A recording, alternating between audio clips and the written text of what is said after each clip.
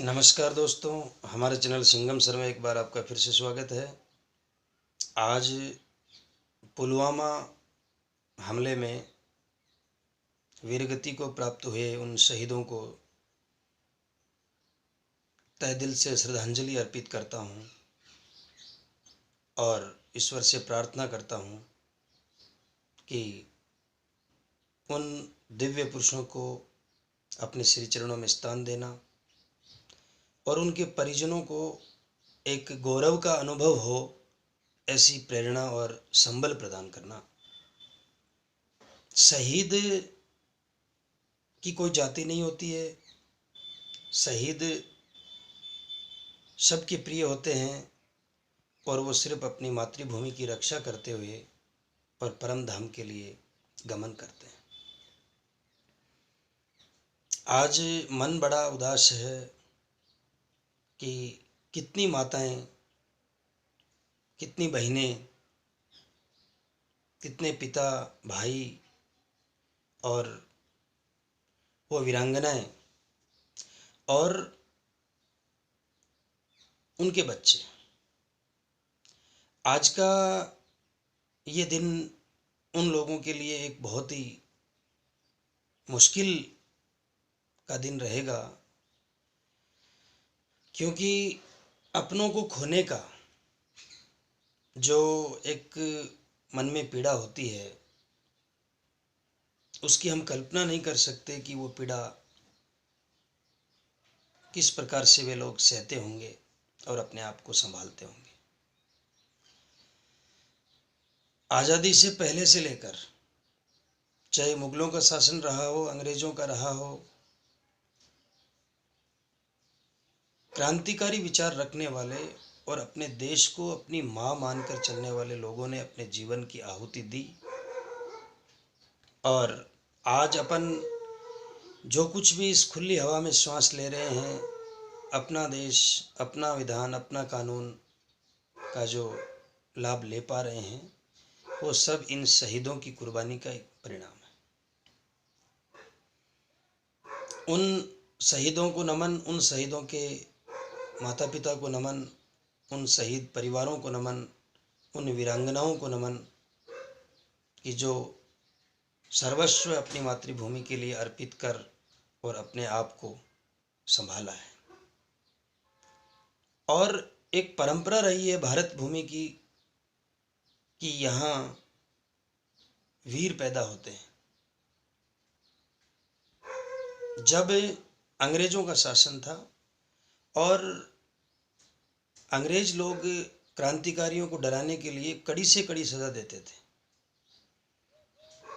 सब लोगों के सामने लोगों को फांसी देते थे, जिससे कि दूसरे लोगों में ये डर फैले और वो अंग्रेजों का विरोध न कर सके। ये उनका एक तरीका था। लेकिन जब उन्होंने देखा कि शहीद जो लोग हो रहे हैं, जिनको फांसी दी जा रही है, उससे कई गुना ज़्यादा लोग भारत माता के समर्पण के लिए आगे आ रहे हैं।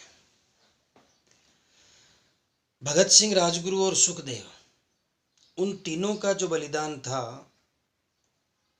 वो थोड़ा लाजवाब था, क्योंकि उन्होंने सिर्फ चुप रहकर और फांसी नहीं खाई, चुप रहकर जेल में नहीं बैठे, जेल में भी उन्होंने क्रांति का उद्घोष जारी रखा।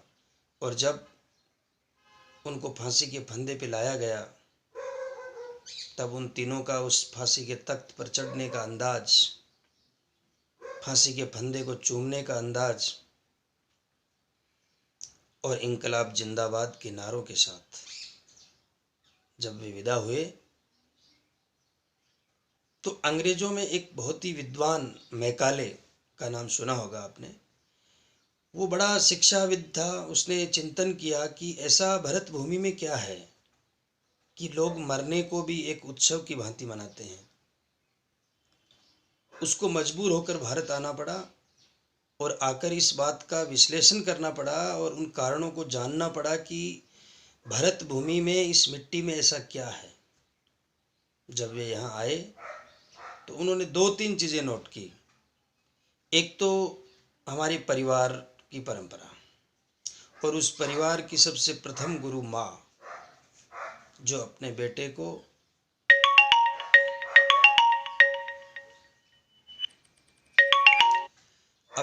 को जन्म से लेकर और उसकी बाल्यावस्था और युवावस्था तक एक ही संदेश देती है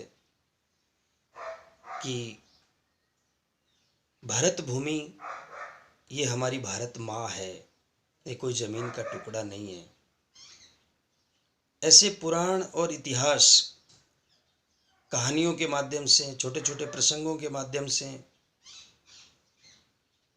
और लोरियों के माध्यम से बच्चों को सिखाए जाते थे।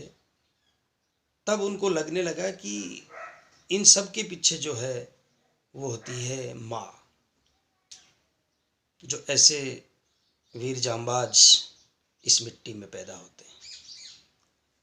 एक बार मैं फिर उन सभी शहीद सपूतों को, परिवारों को, उन वीरांगनाओं को, उन माता पिताओं को जिन्होंने ऐसे वीर पुरुष भारत भूमि को दिए और हमारी रक्षा के लिए उन्होंने अपने प्राणों को आहुति दी, आप सभी से मेरा आग्रह है, आप भी शहीदों के लिए 2 मिनट का समय निकालें और उनको सच्ची श्रद्धांजलि अर्पित करें। मेरा वीडियो अगर अच्छा लगा हो तो दोस्तों निश्चित रूप से लाइक करना, सब्सक्राइब करना और समय मिले तो थोड़ा शेयर भी कर देना, क्योंकि आपका ये मोटिवेशन मुझे और अधिक कुछ करने के लिए प्रेरित करता है। धन्यवाद। जय हिंद, जय भारत।